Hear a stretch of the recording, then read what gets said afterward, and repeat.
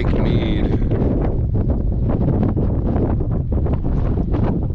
Looks like the level is up just a little bit. This is Stewart's Point. BLM. Well, it's not BLM. It's technically on the Lake Mead recreation area, but they do have boondocking. You can see there's a few people around.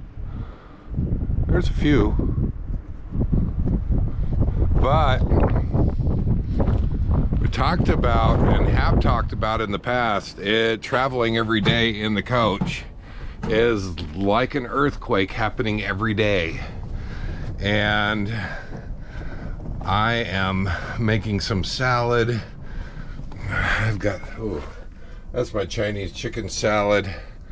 But want to see what happened in the latest earthquake. Now, this coach is a 2004, and I have added the cooktops on here, but my sink fell in right there.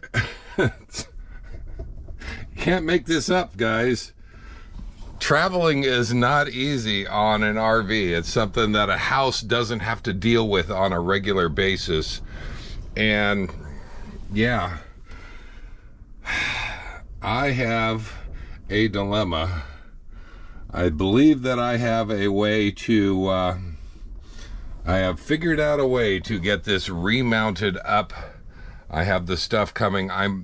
Being where I'm at, I have no choice but to order Amazon and have it shipped locally to Overton. That's where I'll be picking this stuff up. But I'm gonna have to remount the sink. And I figured since all of my plumbing is right here, I can go ahead, let me turn on some light here. I can go ahead and replace this faucet, which has been getting old. This drinking water side over here, filtered drinking water on this side, might as well just go ahead and replace those as well. So those are coming from Amazon.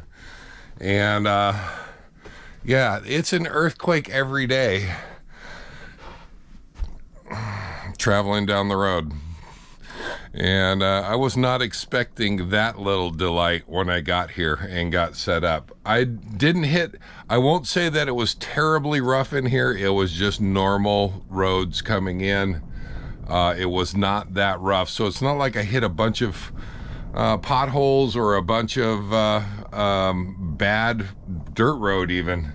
Just 20 years of that sink holding on. It finally gave way, so it's time to get that reset. I think I have a plan for that, but we have to wait a couple days for the stuff to show up,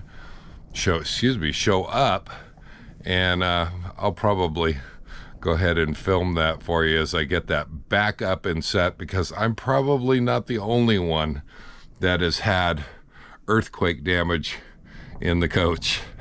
So all right, I got a Chinese chicken salad to get to. It's time for dinner.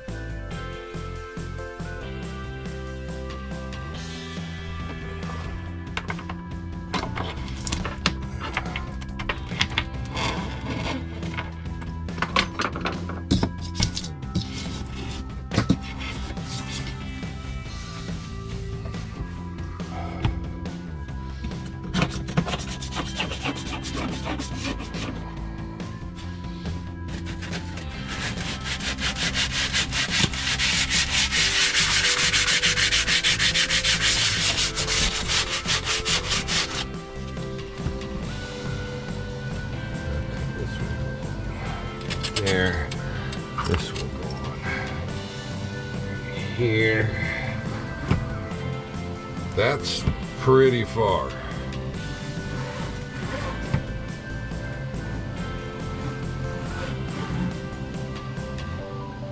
That's what I could see filling up the thing.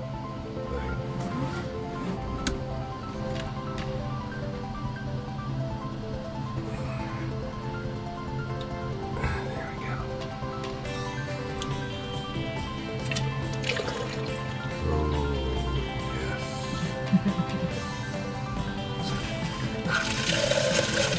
Power.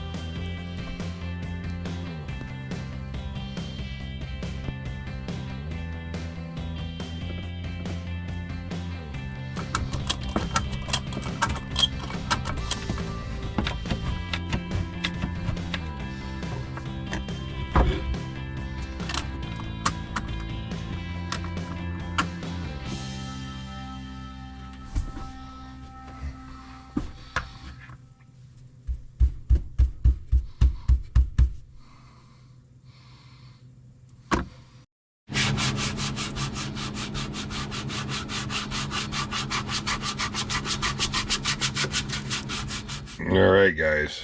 Well, it is now about 36 hours later. The fusette that I use to secure the sink is not the typical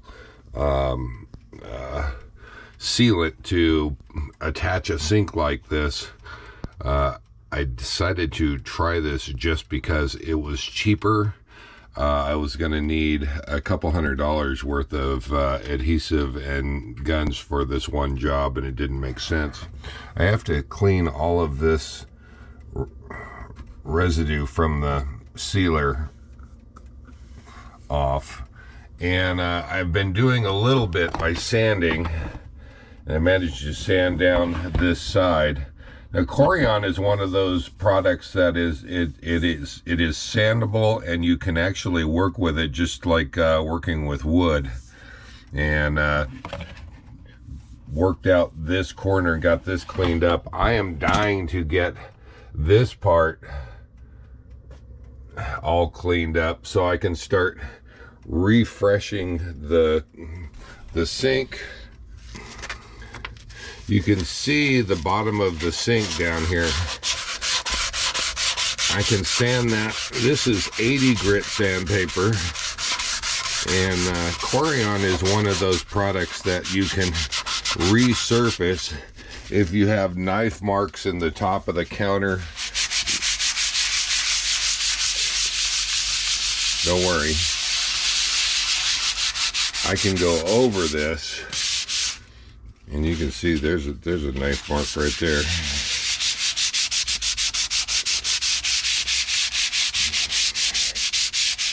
I can go over this now with 200 grit and then finally 340 grit before I go ahead and call this done. This will be polished back out, and I'll have a like new sink and countertop around the sink. So I've been waiting to remove the clamps here. Now let's hope that I can get the clamps out. That would be hilarious. There we go. Strap on this side. I only had one bar clamp, so that was the reason why I decided to go with a ratchet strap over on this side. Well, let's go ahead and release the pressure on this. Got a 2x4 underneath the sink that you can see right here.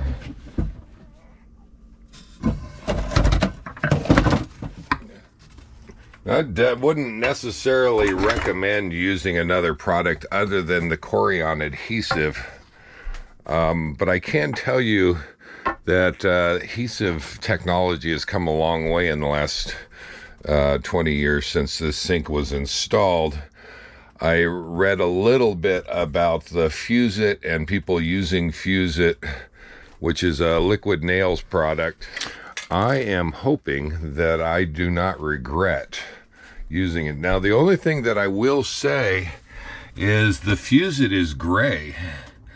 And normally this epoxy that you'd use on the sink like this is going to be the same color as the bisque sink that it's attached to. And that way you don't have a gray line all the way around the edge here. I don't think it is going to be that big of a deal to have that gray line. So I am okay with that. I've got to get to finishing this sink. We're gonna sand the bottom here and kind of renew this sink up, and along the edge here get this cleaned up, and get the rest of the sink cleaned up. New baskets. I went ahead and got new baskets, and we're gonna go ahead and install those as well. Hang on, guys. I get to get my sink back today. This is a really good thing.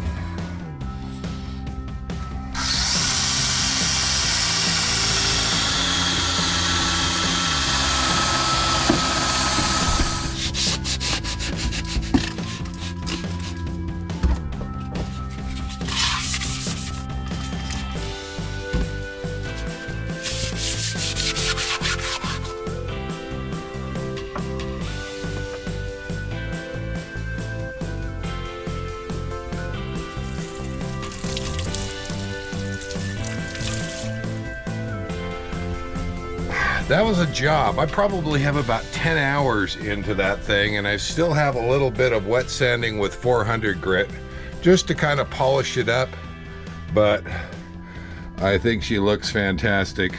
I've got to do a little caulking around the backsplash, clean up the faucets a little bit, but overall I am happy, and happy to have my sink back again.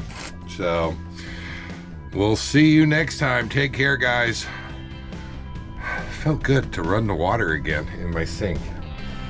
All right, live life full time. We'll see you guys next time. Did I show you where I was at? It's getting a little windy out here, but I don't think I showed you where it's at. Snowbird Mesa. That has been my view for a few days now. Loving it out here. Not too far away from where I was down there at Stewart's Point. Not too many people are here, but it is a little windy today. Haven't had any wind